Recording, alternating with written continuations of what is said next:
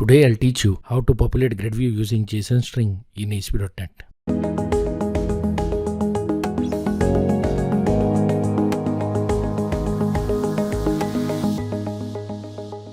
So let's start.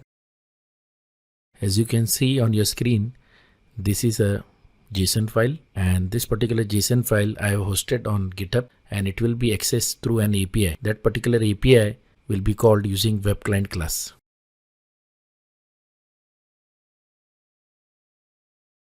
We'll start by adding a GridView control.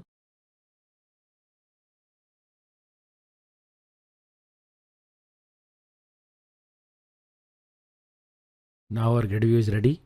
Let's move to the code behind. So here I'll be adding some namespaces.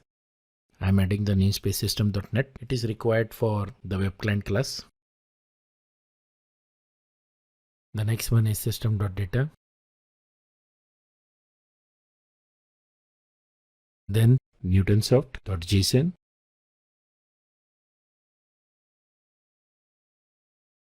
Now inside the page load event handler, I am writing the if notice post back condition.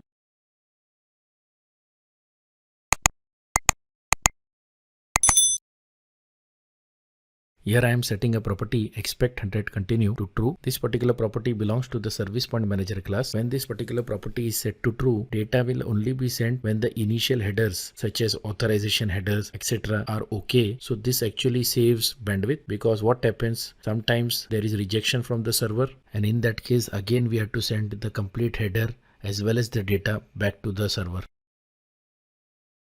The second property is security protocol, and it also belongs to the service point manager class. This particular property specifies the security protocol we are using. So as per your server requirement, you can set the security protocol.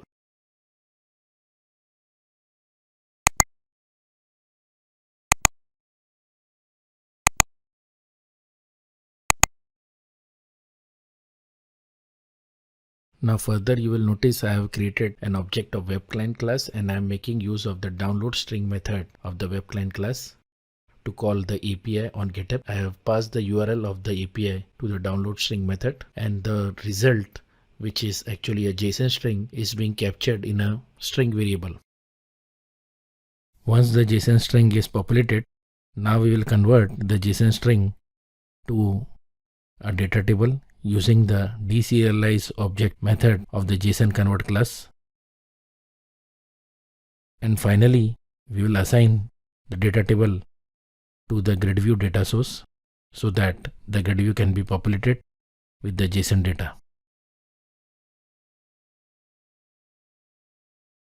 Now I'll call the data bind method.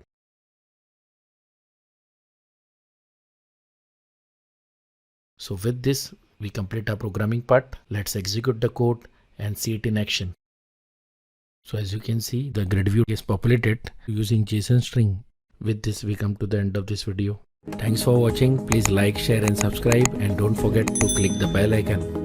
Goodbye.